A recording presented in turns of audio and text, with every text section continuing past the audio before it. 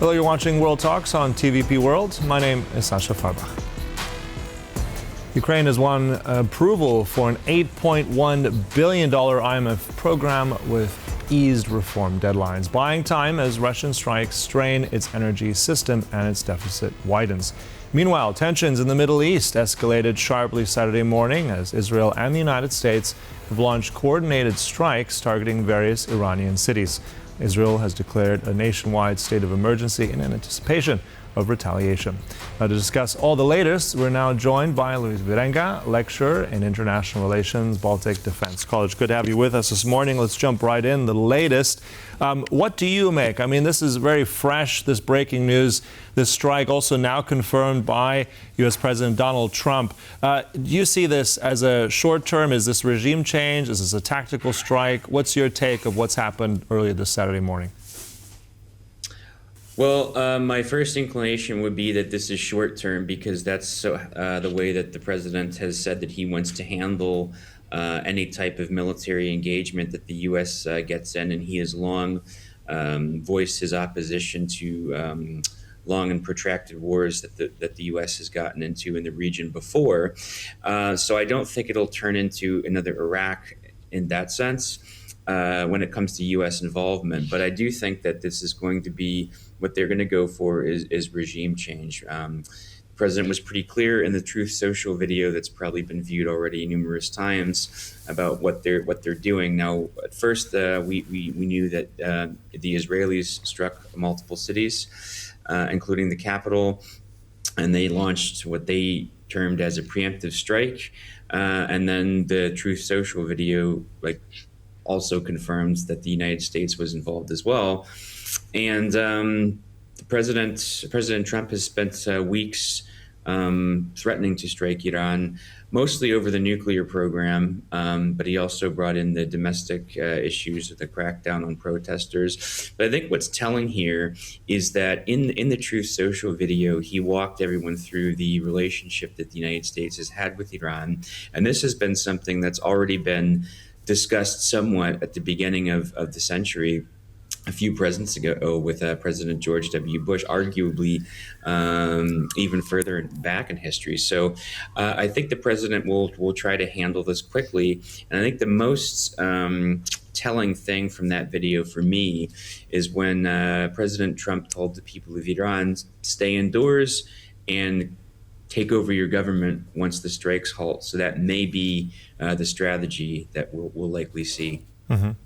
And also how this has come about. I mean, we know that there was a massive armada already in the region. Various assets have been shipped over, including one of the carrier groups was actually involved in Venezuela. I mean, this kind of firepower, you mentioned regime change. Was, in your mind, was this something that he just decided to do? I mean, Israel apparently, through media reports, also struck potentially first. How does that also impact all this? I mean, was this coordinated? Did the Israelis go in first? Was it a common decision? What's your take? I'm sure that it was. I mean, this has been planned for weeks, and I think when exactly to make the first precision strike, that's obviously classified at the highest echelons of government. But I do think that this has been planned for a while. Of course, when you send all of the military, the Armada over, that is peace through strength, and that is the big MO of this president. And Venezuela, obviously different than Iran, but if you look at what happened, it's the same thing. It's a buildup, and it's not necessarily the first option on the table. But through this president's second term, that's been the big MO is peace through strength. And of course, neither the Israelis or the Americans want Iran to get a nuclear weapon.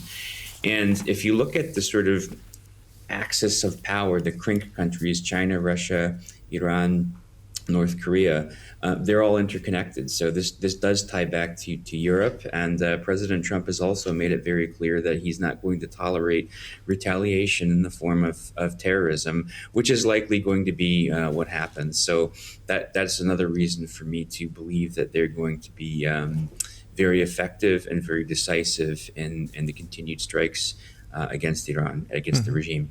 I mean, what you mentioned their retaliation, that's the big question as well in all this. The Iranians have officially already said they're going to prepare some major retaliation. I mean, the limited information we have this morning is that apparently those strikes have targeted the actual capabilities of Iran to strike back. But nevertheless, what do you think retaliation would look like? I mean, is that going to be U.S. allies? Is that bases in the region? Is that further afield? And how dangerous is it to maybe include others that will come into this? Well, certainly that will include, I mean, the targets are probably going to be American bases and embassies in Europe. And I think that the Iranians would probably want to draw others into this. I mean, you might think at first glance that they wouldn't, but I don't think that they have any type of political or information sphere clout that could drive a wedge between the U.S. and European allies. Whatsoever.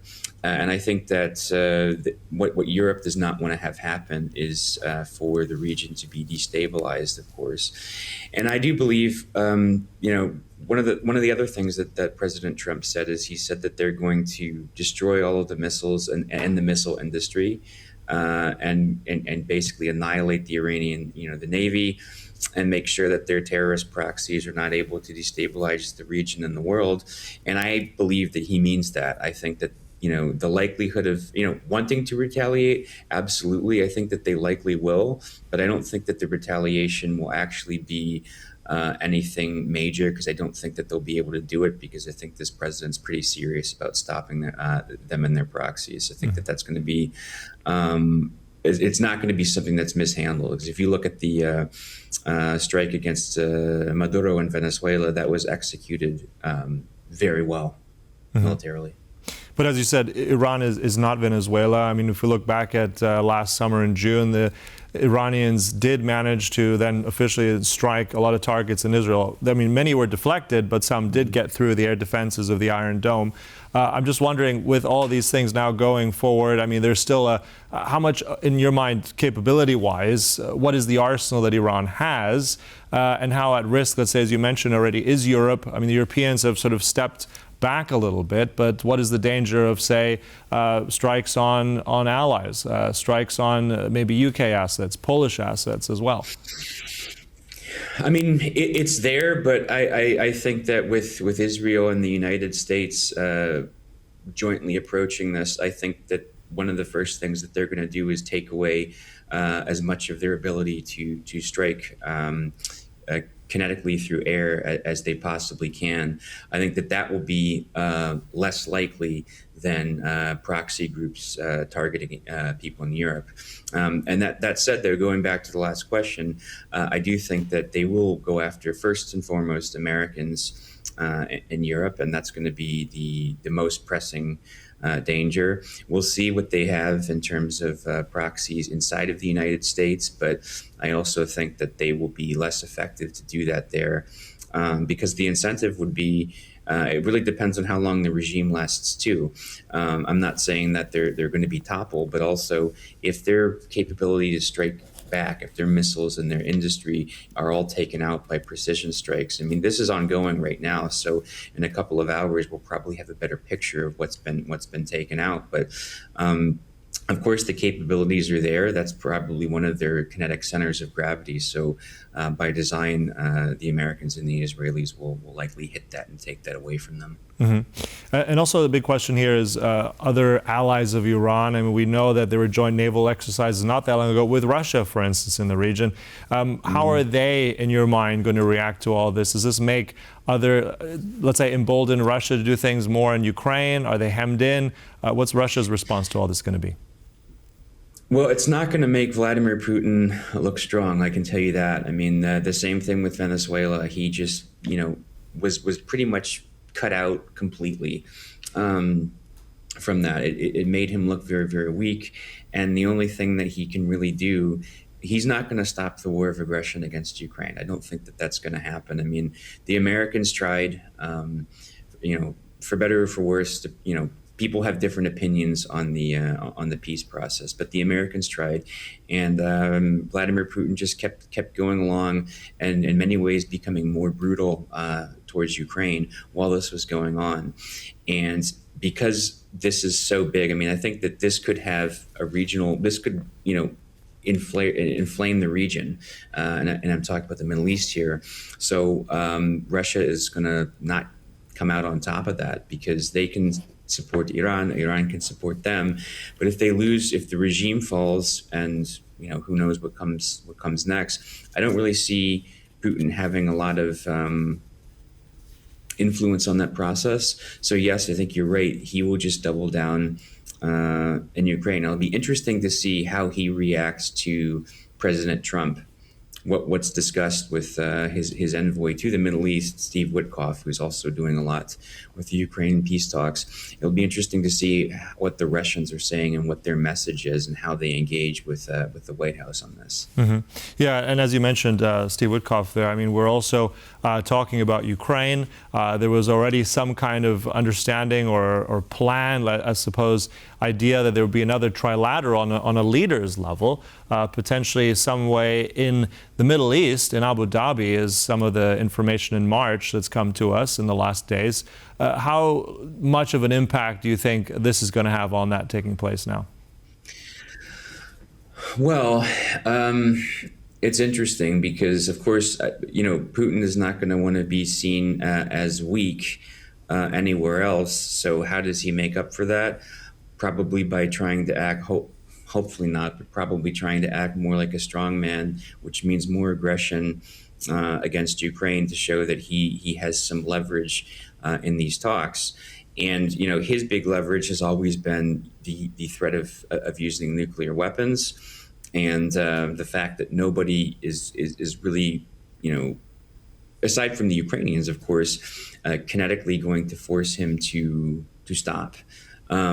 So I think we could see a lot of doubling down. And, what I hope does not happen is that the Americans take their eye off of this to focus more on the Middle East and Iran, and that doesn't stop. Now, Europe, of course, is really a key player here in support for Ukraine, regardless, because I think if you look at, the United States as a NATO ally with a global approach, Europe is really having a new moment that I would say started, we can put it in 2022, but I would say 23, 24 especially, that's when really the idea was that the security architecture is changed. So now we have to look at more defense, and that's what you saw with the recent meetings on the eastern flank, where there's 20 billion euros that were